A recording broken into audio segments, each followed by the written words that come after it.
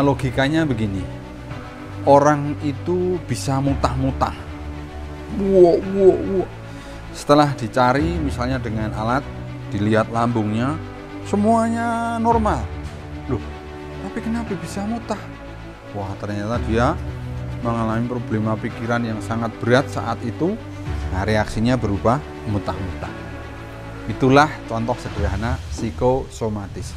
Assalamualaikum warahmatullahi wabarakatuh. Bismillah, alhamdulillah, sahabat sekalian. Pertanyaan, apakah mental health kalau terganggu juga bisa mengganggu fisik? Mungkin sahabat pernah mendengar istilah psikosomatis, ya, psikosomatis. Psiko artinya jiwa, psike, soma artinya tubuh.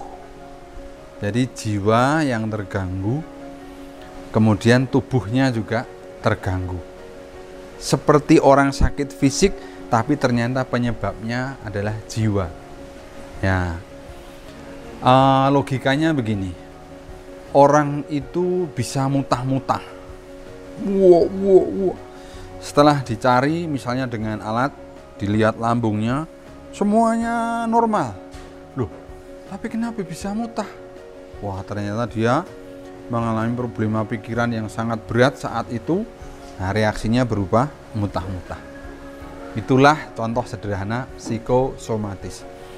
Seseorang juga tiba-tiba mengeluh, wah, sakit kepala yang tak tertahankan. Bahkan saking sakitnya ada yang sampai bentur-benturkan kepalanya. Setelah di ronsen misalnya, ternyata semuanya normal, Masya Allah. Nah, itu adalah contoh-contoh psikosomatis. Ada juga yang wujudnya kejam, ada juga yang wujudnya sendinya itu kaku, nggak bisa ditekuk dan seterusnya. Sahabat sekalian, tidak dipungkiri bahwa semua orang pasti punya masalah. Ya, tetapi ayo kita semua juga sadar sebagai seorang Islam, ya, merujuk ayat yang sangat terkenal, ya, la yukallifullahu nafsan illa wus'aha. Allah tidak akan pernah membebani seseorang kecuali pasti sudah ada perhitungan dari Allah, orang itu mampu, ya, sekemampuan orang itu. Terus ayat yang lain, ma asaba min musibatin illa biidznillah. Tidak pernah akan menimpa suatu musibah kepada seseorang illa biidznillah, kecuali dengan izin Allah. Dan kemudian janji Allah juga dalam ayat yang lain, ya, bahwa setiap apa yang menimpa, ya, menimpa kita dari kesedihan, dari kegundahan, dari kelaparan, dari kekurangan harta, kekurangan buah-buahan, kalau itu orang bercocok tanam, pasti Allah bakal ganti, ya, dengan yang lebih baik, dengan yang lebih barokah kepada hidupnya.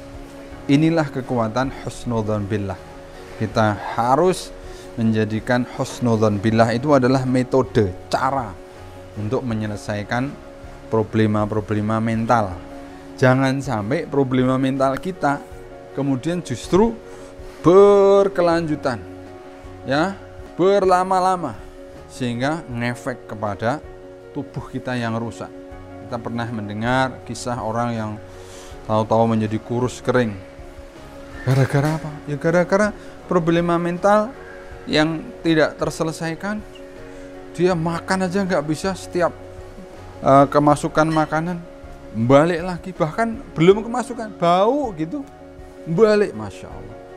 Nah, sahabat sekalian, oleh karena pentingnya mental health, bahkan bisa merusak tubuh, ya, itu mari kita jaga menjadi insan kamil, insan syamil, yakni hamba Allah yang sempurna, hamba Allah yang